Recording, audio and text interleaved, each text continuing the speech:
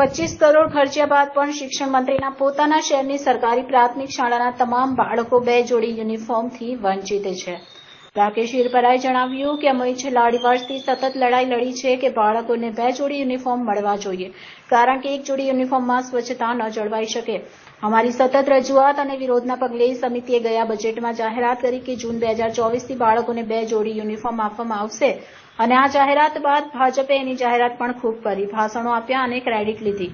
આજે શાળા શરૂ થયાના 1.5 મહિના બાદ પણ એક પણ બાળકને 2 જોડી યુનિફોર્મ મળ્યા નથી। નવા પ્રવેશ પામેલા બાળકોને તો 1 જોડી યુનિફોર્મ પણ મળ્યા નથી। તો નવાઈ તો એ છે કે બીજી જોડી યુનિફોર્મ માટેનો વર્ક ઓર્ડર જ સમિતિએ શાળા શરૂ થયાના 1 મહિના બાદ એટલે કે 10 જુલાઈના રોજ આપ્યો છે અને એજન્સીને 4 મહિનાનો સમય આપ્યો છે। આનો અર્થ એવો થાય કે બાળકોને બીજી જોડી યુનિફોર્મ મળતા સુધીમાં તો દિવાળી આવી જશે। તો બંને જોડી યુનિફોર્મ એક સાથે મળે તો જ યુનિફોર્મનો મૂળ હેતુ અને સ્વચ્છતા જળવાઈ શકે। સમિતિએ બંને જોડી અલગ અલગ સમય આપીને મૂળ સમસ્યાને તો યથાવત જ રહેવા દીધી, તે ખૂબ ગંભીર બાબત છે। 25 કરોડ ખર્ચ કર્યા બાદ પણ જે સમસ્યા ગયા વર્ષે હતી એની એ જ સમસ્યા આ વર્ષે પણ છે, એટલે બાળકો 1 જોડી યુનિફોર્મ સાથે જ અભ્યાસ કરી રહ્યા છે। નમસ્કાર મિત્રો, હું રાકેશ હિરપરા, નેતા વિપક્ષ, નગર પ્રાથમિક શિક્ષણ સમિતિ સુરત। મિત્રો, આપણે જે શહેરની વાત કરવા જઈ રહ્યા છીએ, સુરત શહેર એટલે શિક્ષણ મંત્રી જ્યાંથી ચૂંટાઈને આવે છે એ સુરત શહેરની સરકારી પ્રાથમિક શાળાઓની વાત કરવા જઈ રહ્યા છીએ। છેલ્લા 2.5 વર્ષથી 3 વર્ષથી મેં સતત લડી રજૂઆત કરી, વિરોધ પ્રદર્શનો કર્યા કે બાળકોને 2 જોડી યુનિફોર્મ મળવા જોઈએ, કારણ કે 2 જોડી યુનિફોર્મ એ દરેક બાળકનો અધિકાર છે, કારણ કે 1 જોડી યુનિફોર્મથી સ્વચ્છતા જળવાય નહીં, સ્વચ્છતાનો છેદ ઉડી જાય, બાળકોએ ગંદા કપડાં પહેરીને શાળાએ આવવું પડે।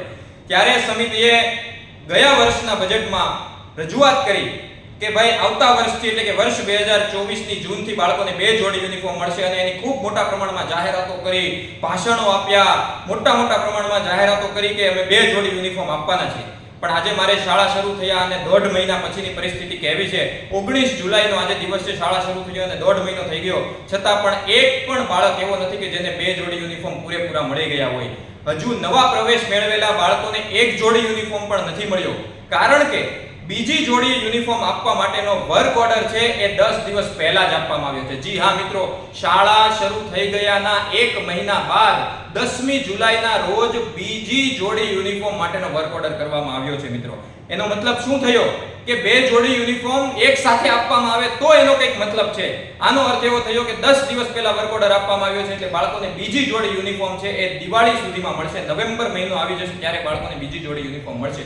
ત્યાં સુધી બાળકોએ જૂની જેવી પરિસ્થિતિ એટલે કે ગયા વર્ષે જે પરિસ્થિતિ હતી એ જ પરિસ્થિતિમાં અત્યારે બાળકોએ અભ્યાસ કરવો જોઈએ। વરસાદની સિઝન ચાલે છે, તમામ બાળકો માટે બેસવાની પાટલીઓ નથી, બેન્ચીસો નથી, આ બાળકોએ યુનિફોર્મ ગંદા થાય, વરસાદની સિઝન ચાલી રહી છે અને વળી આ બંને જોડી યુનિફોર્મ પાછળ સમિતિ 25 કરોડ રૂપિયાનો ખર્ચ કરી રહી છે। તો 25 કરોડ રૂપિયા જેટલી માતબર રકમ ખર્ચ્યા બાદ પણ પરિસ્થિતિ એવી છે કે આજે શાળામાં બાળકો 1 જોડી યુનિફોર્મ સાથે અભ્યાસ કરી રહ્યા છે અને બીજી જોડી યુનિફોર્મ મળવાનો છે એ દિવાળી આસપાસ નવેમ્બર મહિનામાં મળવાની શક્યતા છે।